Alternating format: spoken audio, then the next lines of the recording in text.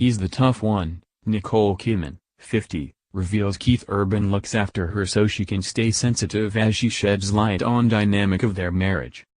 Nicole Kidman and Keith Urban have one of the most enduring relationships in show business after 11 years of marriage. And in the new issue of Glamour magazine, the 50-year-old Oscar winner reveals what their dynamic is like behind closed doors. The Big Little Lies star said that the country singer acts like the tough one so she can be more sensitive and raw, leaving her to be less guarded and more curious. Kidman was one of several women who graced the cover of the Glamour women's issue. Also honored were supermodel Gigi Hadid, singer Solange Knowles, talk show host Samantha Bee, and the women behind the Women's March.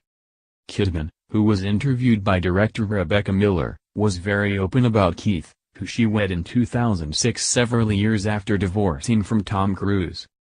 The UN Women Goodwill ambassador had plenty to say about her happy life with the country crooner. She said, "Keith always says to me, 'You stay raw and sensitive, and I'll buffer things for you,' which is a beautiful offering. He is always told, 'You're so tough,' and he says, 'That's not what I want for you, Nicole. You don't need to get a thick skin.' And that makes Kidman feel comfortable to be vulnerable for her films. I think for me, it's about having a place that's safe to nurture you, where the tears can be shed," she added. "That way I can actually go back open and curious and willing." The Australian added, "And at times scarred and a little damaged, but not with a sword like, I'm seeking revenge. Because that just doesn't interest me." The Emmy winner also said that she wants to work with a female director every 18 months. "As an actor, you're only as good as the things you're offered," she said. "And there just weren't any women offering me things.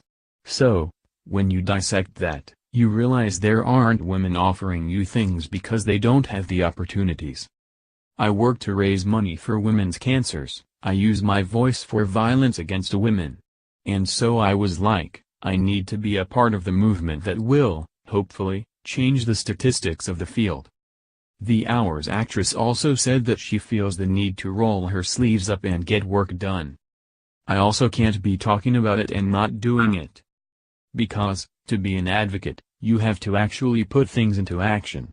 It's like, okay, Rebecca. You're making a movie. Let's go."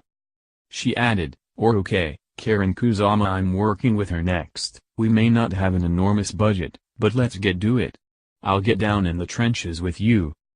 Glamour editor Cindy Olve said she was happy to have such an impressive collection of women this year. In this tumultuous and electric year for women, Glamour is proud to honor these wildly diverse changemakers. Each of them has exploded old-fashioned expectations in their field of choice, and I can't wait to see them together in one room. Glamour's Women of the Year Advisory Board, composed of past honorees, helped select the 2017 Women of the Year. The December issue of Glamour is national newsstands October 31st. For the first time, Glamour has partnered with Netflix on a custom award inspired by the crown for the 2017 Women of the Year Awards.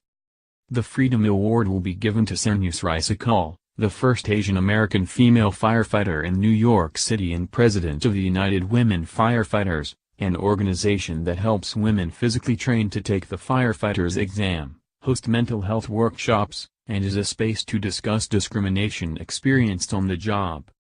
Thanks to the efforts of this award winner, the number of women in the NIFT has more than doubled from 30 in 2013 to 67 today. There were also some new faces in the issue. Gigi Hadid dazzled for photographer Patrick DeMarchelier. The 22-year-old has landed big covers, is a darling of the hot lists, and is a co-designer of Tommy x Gigi, a best-selling collection with Tommy Hilfiger. The Vogue favorite said she owes her strength to her parents Yolanda and Mohammed Hadid. "Both of my parents came from very humble beginnings and worked very, very hard," she said. "It seems natural for them to have instilled that in their children. When I started working in fashion, it was like, Gigi, the all-American. I was very much that girl next door, but if you read my interviews, I always talk about my parents' cultural backgrounds. Being famous so young has been hard on her," she said. I believe that a lot of judgmental comments come from people not really having compassion for those they see as public figures.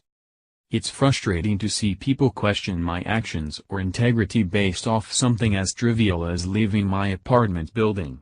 I'm just doing my best as I move through life, sometimes dealing with relative hardships like everyone else.